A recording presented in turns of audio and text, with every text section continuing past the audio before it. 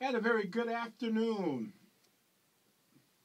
And a very good afternoon, and welcome to another edition of Sports Connection Detroit. Dave Mitchell here with you, and I am joined by a cast of very competent individuals, better known as David Betts, who covers the University of Michigan Wolverines for Sports Connection Detroit. They just suffered a little loss here. Also, David Syfax, who covers the Michigan State Spartans, is with us in studio.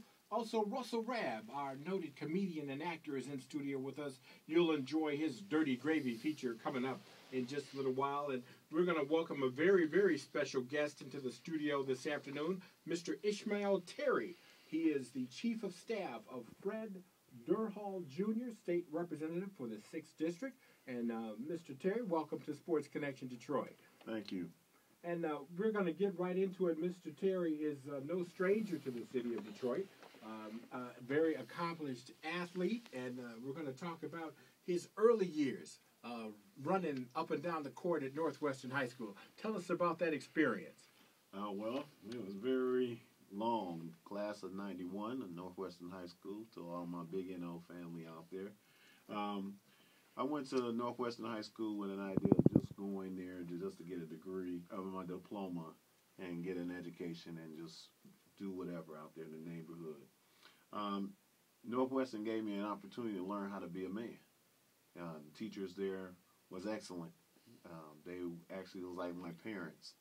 It was a gentleman by the name of Coach Jack who decided to take a little 15-year-old, 16-year-old kid and say, okay, I'm going to make you into a star. I ended up playing basketball for Northwestern High School. He gave me an opportunity to meet people like Jalen Rose and Chris Webber and all kinds of other people that was influence on my life in basketball. I got a chance to make All-City and All-State in football, but then I made honorable mention in All-City and basketball as a guard. So with a guy who had a terrible ball handling skill, I was able still to score 22 points a game. I was actually a natural shooter. So Coach Jack will always keep me in the gym, and he will always tell me, I don't want you to play pickup ball. I want you to go out there and go to the gym. When everybody else is at home, you need to be in here homing in on your game, because you're not like Carlos Rogers, because Carlos Rogers actually was there as a senior when I came in as a freshman. And, Carlos is 6'9", 6'10". Here I am at 6'3".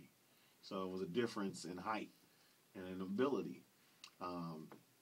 My ability was able to slash and wheel and deal, kind of like what your Dwayne Wade is and your Kobe Bryants are of today. But one technique I had was I can shoot a mid-range jump shot. So my mid-range jump shot allowed me to go further in my career. Now, talking about going further in your career, there are a lot of young men out there at the high school and junior high school level that have aspirations to play D1 basketball, and you had that honor in your career. What word of advice would you have for the younger people out there listening today as they kind of chart the direction for their basketball and football careers even? Well, I would tell them this much. Don't listen to your friends. Don't listen to the hype that's around you. And what I mean by that is you may be better and talented than the people in your neighborhood, but really there's 200, 300 some thousand kids out there that's just as talented as you are. And if you're not spending your time in the gym working and homing in on your game, or out there on the field working and homing in on your game out there, you're not going to be no better than the person that's coming out that door who just go outside and play pickup ball. I tell my kids I was coaching for, after I got done, I went overseas and played basketball in Italy for 4 years before the good Lord took my knees. When I came back, I was coaching. And I coached at Ipsy High School. I coached at Pioneer. And I used to tell those kids, don't play no more pickup ball. And they'd be like, Coach, well, now why not play pickup ball? I'd be like, because it destroys your game. I was taught that by Lynn Reed at Oakland Community College before I went to Eastern Michigan. Lynn Reed was a Caucasian American, but he was kind of like the dad that I didn't have. He took this rough kid that was out there in the neighborhood just doing whatever to make money. and he basically took me in Benton Harbor and said, "I'm not going to let you destroy your life. I'm going to control your life." And I said, "Well, you can't control my life. I'm a grown man." He said, "No, I can control your life." So he had me out there in Benton Harbor. Nice home. His family took me in, and I owe him a gratitude that could never be paid. People always say that you always have someone in your life that influenced you to do things that you possibly could never do by yourself. And so with him, he gave me the opportunity to reach the horizons that I wanted to reach. So he always used to tell me, "You can't go to a Division I school. You don't have the talent to go to Division I." And I took it as a challenge. Yes. So I was like, okay, well, I'm about to prove you wrong. So we were playing Schoolcraft, and we were playing Henry Ford and all of these schools. And trust me, when I tell you I lit them up, I lit them up. Yeah. But I learned how to be a basketball player living with them, because I learned how to study video and learned the integral parts of how to be a better basketball player. What a guy can do, what a guy can't do.